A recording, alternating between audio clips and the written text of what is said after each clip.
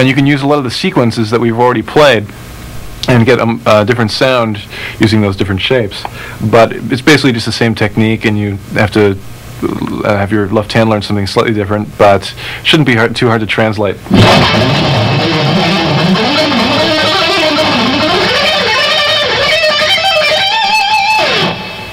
The next scale, yet another octave idea. This one's very similar to, almost identical to a natural minor scale, except there's no sixth. It sounds like this. Basically, one thing to notice is that you've got a pretty wide stretch in the A string. And this would be A, B, C. Not too bad, but then you got D, E, and G. No F. The F's the sixth. In A, it's gone. And we'll do the same idea where we take it up in octaves. So try that shape. Starting in the A note of the D string. And the A note of the B string.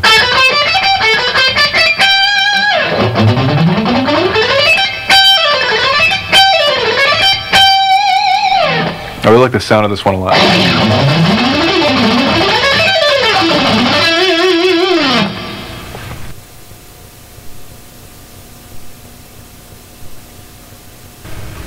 For my next guitar trick, I'd like to perform an extremely difficult feat of magic involving handcuffs, a straitjacket, a beautiful assistant, and a canvas mailbag that would make Houdini think twice. Let's get right to it. Let's stick the old handcuffers on there.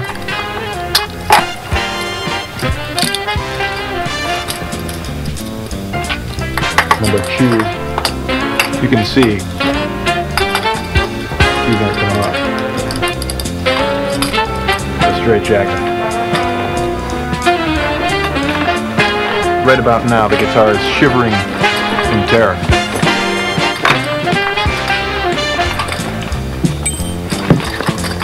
Why is it shivering in terror? Because it knows what's to come. Stick these around here. Tighten them up.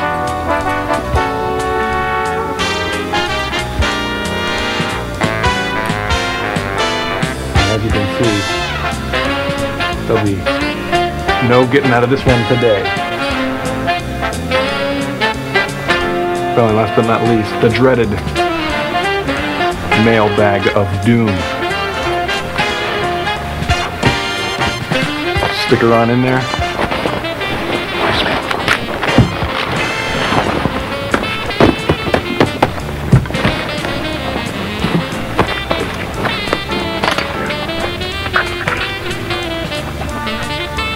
Of course, accompanying the mailbag of doom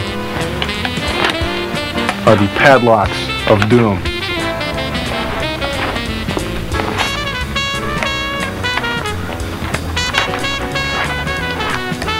Number one, and number two. And here we go. Voila! Pretty darn amazing if I do say so myself. Thank you very much. Here's a harmonic minor shape that's harmonized 3 notes per string. Works real well with a lot of these patterns. Let me start from the highest part, because a lot of the licks I do in this are descending oriented. So just with 2 whole steps, and then you have a half step and a whole step kind of a shape. And that gives it that real characteristic harmonic minor sound. You can put your 6 notes up and down pattern into it and it sounds real good.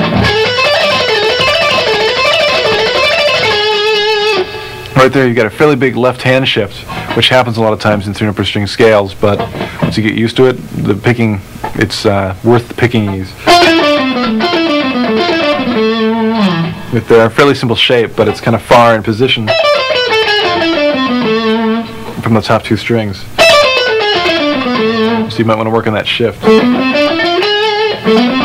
You got to move your first finger a whole step up or a whole step down, depending on whether you're ascending or descending. On the lower strings, you get a fairly big stretch, a half step and a minor third, and then just a half step and a whole step at the end.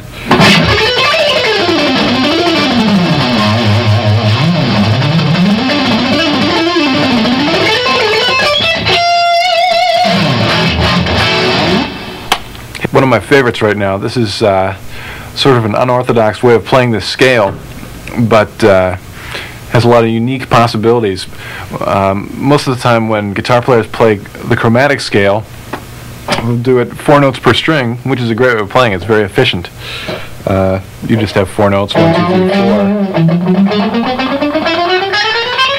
4, going up each time. Basically, when I play chromatic, I use that scale most of the time. But for a strange effect, you can take the chromatic and harmonize it 3 notes per string. Not nearly as efficient, but you can take the 3 note per string phrasing licks, apply it to the scale, and get a lot of neat sounds.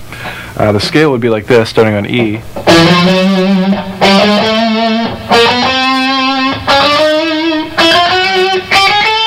So you have pretty big position shifts every time.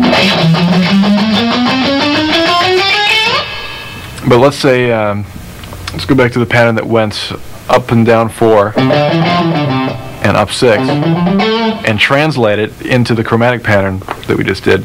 So if you translate this pattern into the chromatic shape, it would sound like this.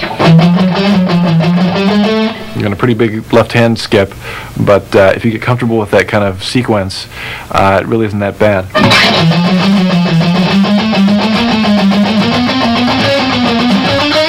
It's kind of funny to slow tempo, but at a fast tempo it sounds really funny.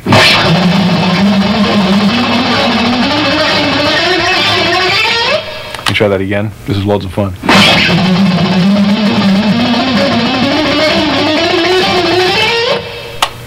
You're going to annoy your parents forever with that one. You know, there really is a lot you can do with just that little old pick, but you know, in a way it's kind of limiting when you know that there's a possibility of using not 1, but 3 picks on the end of a drill. There's really nothing like it.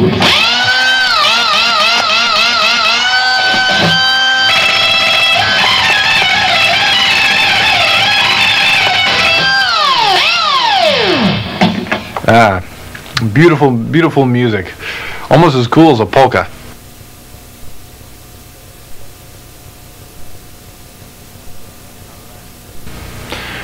All right, let's say good morning to our left hand. We're going to do some hammer-ons and pull-offs. The first one was one that really got my left hand going a lot.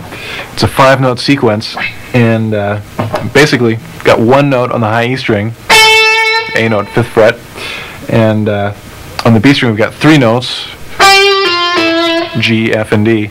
On the D string, with your 3rd finger, play the D note, 7th fret, and then just go back up. So it's 5 notes up and down, 1, 2, 3, 4, 5, and back to your original. One of the good things about this lick is it uses all your fingers.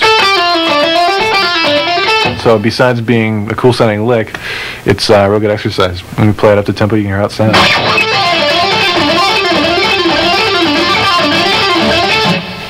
Now, although there are a lot of hammer-ons and pull-offs in this, I still am picking. Basically, my rule for hammer-ons and pull-offs is I pick every time I change to a different string. Occasionally I may pick a little more than that to get a little more aggressiveness out of it, but as a bare minimum, I always pick when I go to the next string. So for this, basically I pick the first 2 notes because I change strings, then do 2 pull-offs, then pick the next 2 strings, and then hammer on the next 2 notes. So the whole thing is like pick, pick, pull off, pick, pick, hammer, hammer. It's kind of a good sequence to remember. And again, it'll sound like this.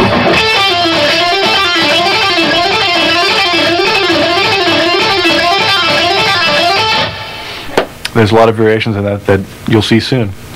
A thing that you can add to that that'll give it a real good sound